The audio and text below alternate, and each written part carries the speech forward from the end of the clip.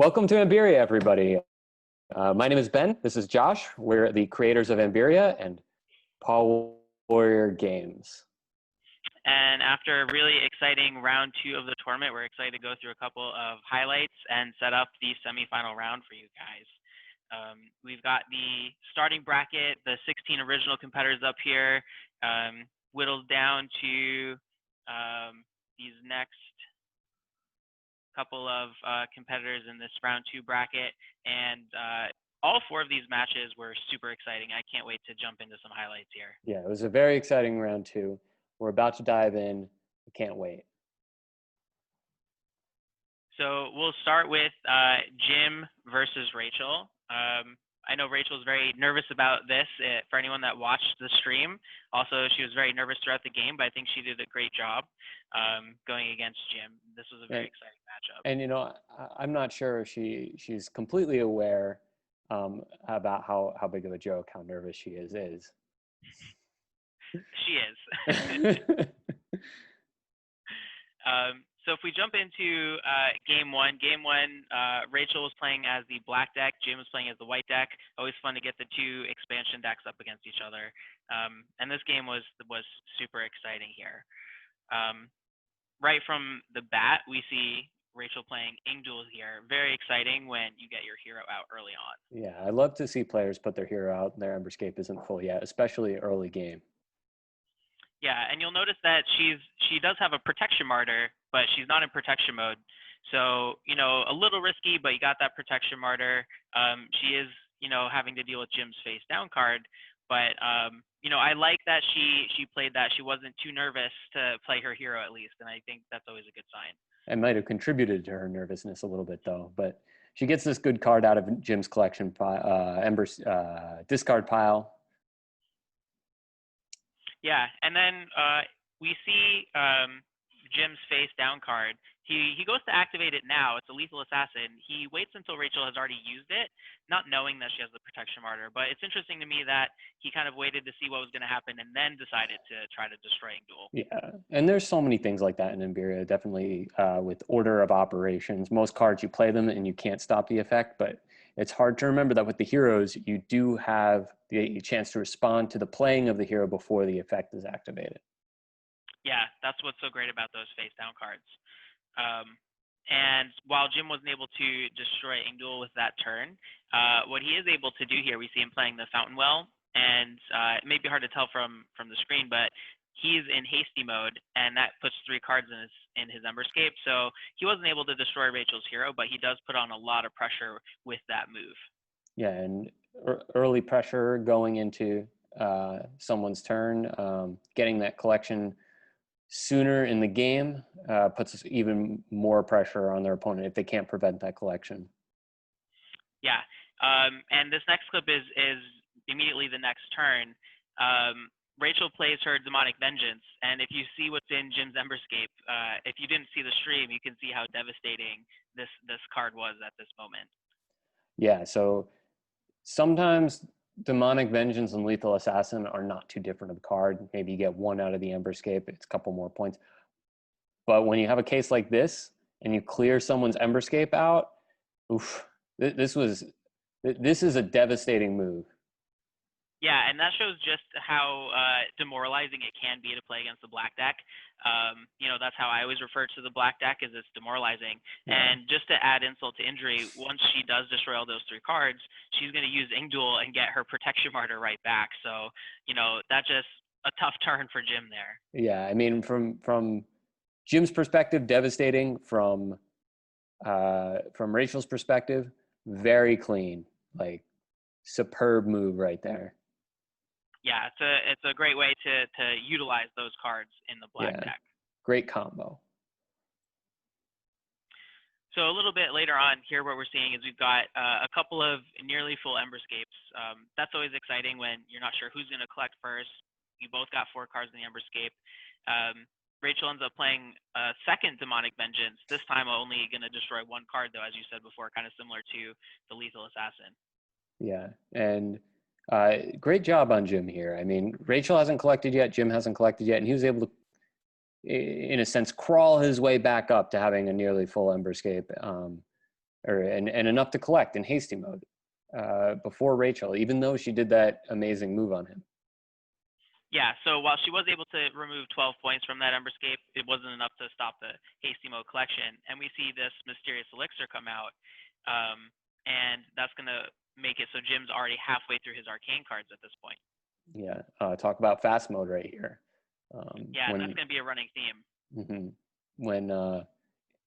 When you flip over an ancient sage from those arcane cards, it's like nothing happens. But when you flip over a mysterious elixir, it's like, for better or worse, we're getting to the end of the game.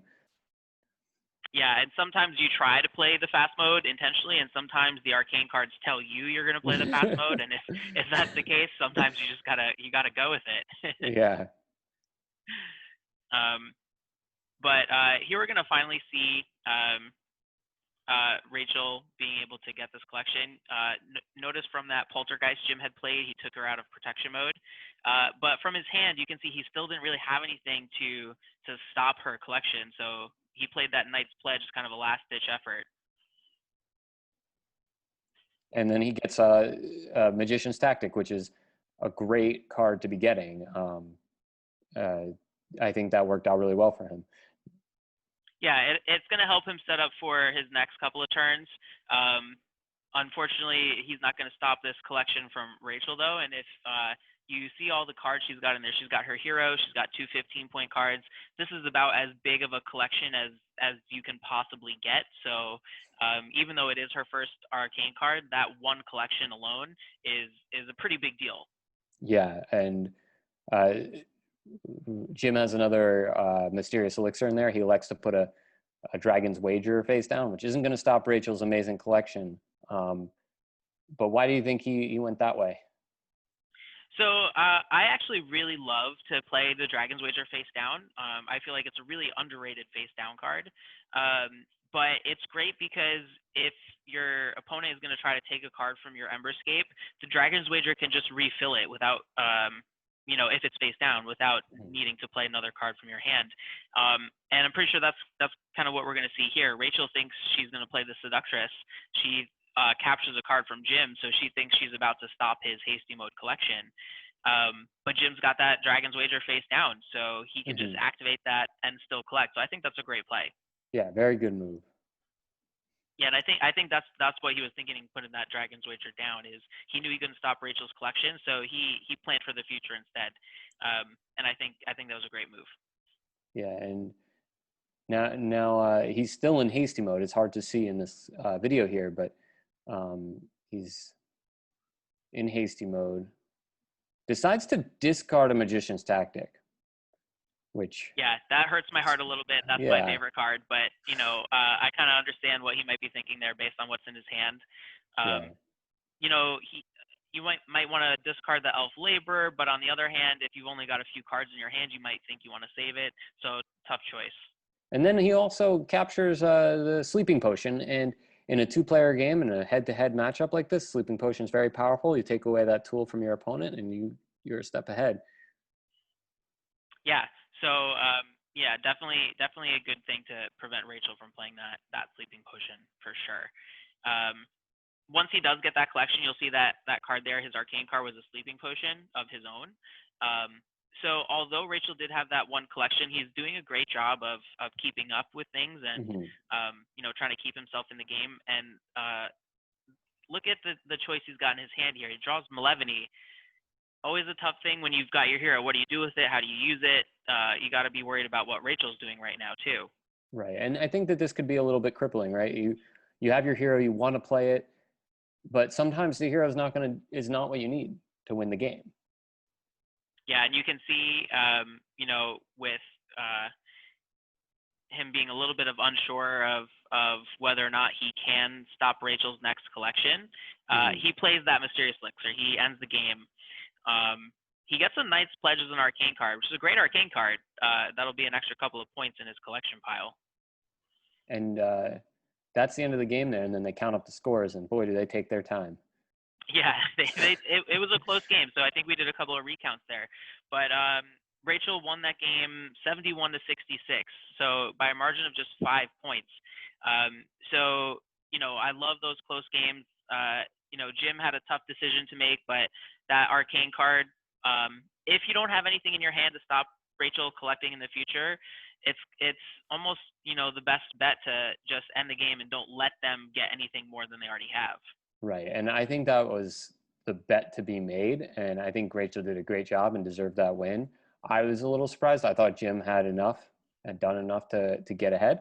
But 5 points, most cards in Ambyria will swing that game. So very close game. Yeah. As soon as he played that mysterious elixir, I was thinking in my head, oh, I don't think he has enough points. And then when that Knight's Pledge came out, I said, wow, I bet that tips the scale in his favor, which would be amazing. But just a little bit short, but super exciting. Yeah, and that just goes to show those high point cards how valuable they are. Yeah. So they get into game 2. We have Rachel with the yellow deck and Jim with the blue deck for game 2. So let's get into our first clip here. We see Jim has his spotted mushrooms out here. So this is where things get a little bit crazy. Right. And Rachel with an early Wraith in her hand, but she has to discard now. Yeah, those spotted mushrooms can be so tough, especially when you've already got a small hand size. So she has to discard something. Jim is in hasty mode, or he's not in hasty mode, but that martyr is a hasty mode in her hand, which is important to note here. Yeah, so she drops that in there. He's got 3 cards. I think Jim's in protection mode right now. Yeah, I think you're correct. But she doesn't go for the hasty martyr. Yeah, I know she was thinking about it for a really long time. She was really considering whether or not she wanted to use that martyr. Ended up deciding not to. I understand her thought process. I think she kind of wanted to be able to save it for later, maybe get Jim out of protection mode when she could get something from him. But I think in the end, that's gonna end up hurting her more than it helps her, because not only does she not force that collection to get hit the Wraith to him, but she leaves the spotted mushrooms out for longer, which is going to continue to hinder her as she goes. Yeah, I agree. The spotted mushrooms were hurting her throughout that game, and alleviating that pressure sooner would have helped her a lot. But we're going to see how it worked out for her, right? Yeah, so you can see Jim filled up his whole Emberscape, keeping those spotted mushrooms out there. Rachel is in hasty mode now, and she uses that sleeping potion, which is going to guarantee her the first collection of the game. And so even though Jim's been doing so well up until this point with his spotted mushrooms, keeping Rachel's hand size low, she's still able to pull off the first collection. Yeah. And I believe she has a face down witch over here. Yeah, I wasn't sure what that face down card was. She chooses not to use it. If it's a witch, that would make sense if Jim is in protection mode. But this arcane card is a deceptive traitor, which it couldn't work out any better for her at this point. Yeah. Not only does this take Jim out of protection mode, it puts him in hasty mode, and that's just her collection phase. So she still has the rest of her turn to take. The rest of her turn and a witch in her hand. Yeah, so what we see her able to do here is she still has to deal with those spotted mushrooms. So she's going to draw 1 card, which is going to be just enough to help her complete her master plan. She draws the Horn of Geldolint and discards it. A tough card to discard, but I think worth it in this situation. Absolutely. Because otherwise she would have to give him 15 points. Yeah, so reluctantly discard her Horn of Geldolint, plays the witch, gives him the Jewel of Greed. Not only is she going to be able to take those mushrooms from Jim finally, but she's going to leave him with 3 cards in his Emberscape and in hasty mode with that Wraith. So even though she didn't force him to collect it before, it seems like a risky play earlier on. I think it actually ended up working out pretty well for her. It really did. But even so, I think she would have been further ahead if he had collected earlier. But we don't know. It's like a butterfly effect in Ambyria. One thing affects the other, and it's quickly spirals. Yeah, it really is. It's easy to say in hindsight, oh, she should have played that martyr, but you never know how that's going to have an effect on other things that happen. So, it's tough to say, and sometimes those plays end up working out for you, and sometimes they don't. So, at this point in the game, she's still not in a bad spot. Yes. So a little bit down the road, Jim has already had his collection and gone through a couple of arcane cards. We can see that Rachel's hand size is still pretty limited from those lingering effects from the spotted mushrooms, even a handful of turns ago. So we can see how long of a lasting effect. It's hard to see behind the search bar right now, but she still only has a couple of cards in her hand. Yeah. And if she can't get into greedy mode or she can't get any elves, it's going to stay that way for a while. Yeah, and unfortunately for her, Rachel, she's got 4 cards. She's trying to collect. She's in attack mode, but Ancient Sage, King of Storms, you can't get any Bad more draw. unlucky. Yeah, I mean, almost any card she could have drawn would have helped her collect. So unfortunate in that draw because neither of these cards can leave her with a full Emberscape. And I think that this might have been a turning point in the game for her, where things kind of stopped going. Right now it's kind of neutral, and I think from here on we might see a little turn of the tide. Yeah, I agree. This was definitely the turning point. Rachel and Jim were head to head that game. Each of them had a couple of good and bad things that had happened to them or that they did, but very unfortunate for Rachel at that point. So Rachel chose to play the Ancient Sage, understandably so. Still have 4 cards in your Emberscape. Next turn you can do good things. What do you think about playing the King of Storms in that scenario? Yeah, I felt like either of those could have been a good play. King of Storms is tough because you're setting yourself back to 0. It does give you more cards in your hand, but depending on what Jim had in his Emberscape, she maybe felt like it wasn't worth giving Jim those options back too. So I don't know. King of Storms, on the surface, it seems very simple, but there's a lot to consider before you play that card. Right, and I think that the Ancient Sage was a much safer play, but yeah, it was certainly a safer play, and at that point in the game, because it was fairly even, I think probably the safer play is the way to go. Yeah, for sure. Yeah. Towards the end of the game here, we get Jim getting his hero out there, Ivera. I love Ivera's effect. So deadly. It's so deadly. It gets you more options in your hand, which is always a good thing, but it also can potentially take things away from your opponent. And Jim has got it in his Emberscape with only 3 cards, and he's got 3 yellow cards in his hand. So he's been using that effectively to get Rachel's cards and then subsequently use them against her. Yeah, and most importantly, he took that Seductress. That Seductress is going to allow him to collect a card from Rachel's Emberscape. He goes into attack mode, and this Seductress will let him fill up his Emberscape. And he could have done that with the Mysterious Elixir potentially, but as we've seen a handful of times in this tournament, the Mysterious Elixir sometimes does not go your way. Yeah, and he just drew 2 more amazing cards from Rachel's deck. Like, it's a good thing Rachel can't see what's going on in his hand there, because it's not good for her. Yeah, always amazing if you're the blue deck and you draw someone else's hero. Seraphine happens to be Jim's favorite card, so he must have been super excited to draw that. Yeah, and Ivera normally works out somewhere between this extreme of drawing the hero and the other extreme of sort of milling your opponent's bad cards, and then they can more easily draw their good cards. But I think this was on the extreme end of the spectrum where you're like, oh my God, you're getting Seductress, you're getting Seraphine, Mysterious Elixir, Banshee Shriek, all these good things.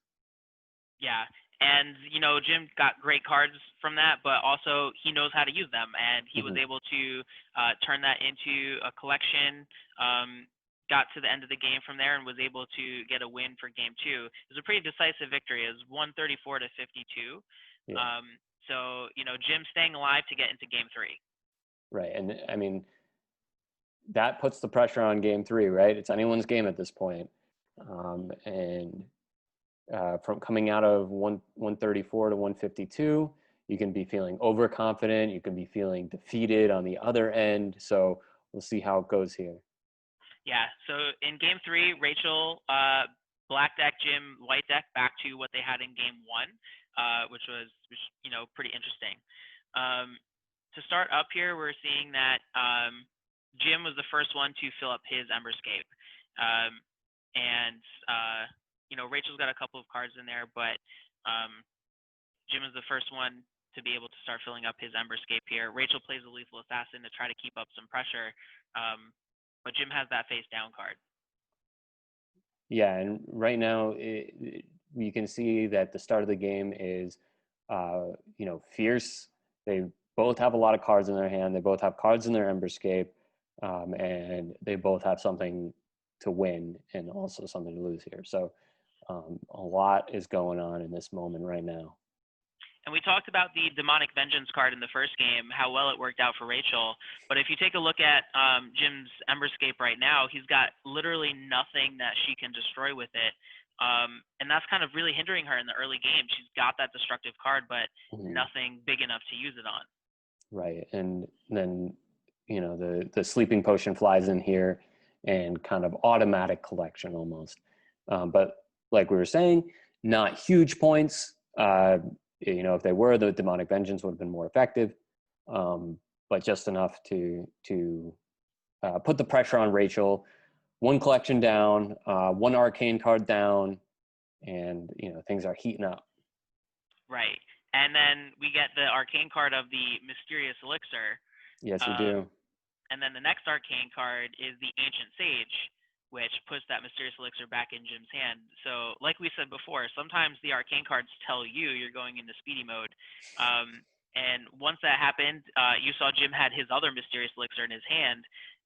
If you're Jim at that point, you've got to be thinking, all right, how do I end this game as fast as possible? Yeah, and he's got the cards. He's got two Mysterious Elixirs. Boom, boom. If I had a Devious Serpent, that's what I would play, and just play them both and call it a day. March on to the semifinals. Yeah. So Rachel definitely, she needs to get some points fast because she knows that Jim has at least one Mysterious Elixir. So Jim could have played a Mysterious Elixir here at this point to end the game. You see he still has that one in his hand. He had previously played one. He chose to play the Knight's Pledge instead. Mm-hmm. I think he was just a little bit unsure. Rachel had played a Witch earlier, and had she given him a race, that could have influenced his decision. Yeah, that and with that face down collection pile, it is so hard to keep track of what's going in there. So Jim just was thinking that he doesn't have the points to win. He needs to get more Ember Stones. So that Knight's Pledge is a great way to get 12 points, and he was very close to getting a whole lot more because she had a Jewel of Greed in there and could have banked another card. Yeah, I agree. A lot of people watching the stream were I think cheering him on to play that Mysterious Elixir, but it's easy for them to say that knowing that Rachel did not give him a race. So I think he was playing it safe. And especially after what happened in the first game, like that was a very close one. He ended it with a Mysterious Elixir and thought he had what he needed to win, and he didn't want to have a repeat of that. Yeah. So that was definitely the safe play. He ends up playing this Poltergeist here. Rachel was in attack mode. You can see she doesn't have many cards in her hands, but she was in attack mode trying to plan for at least one final collection.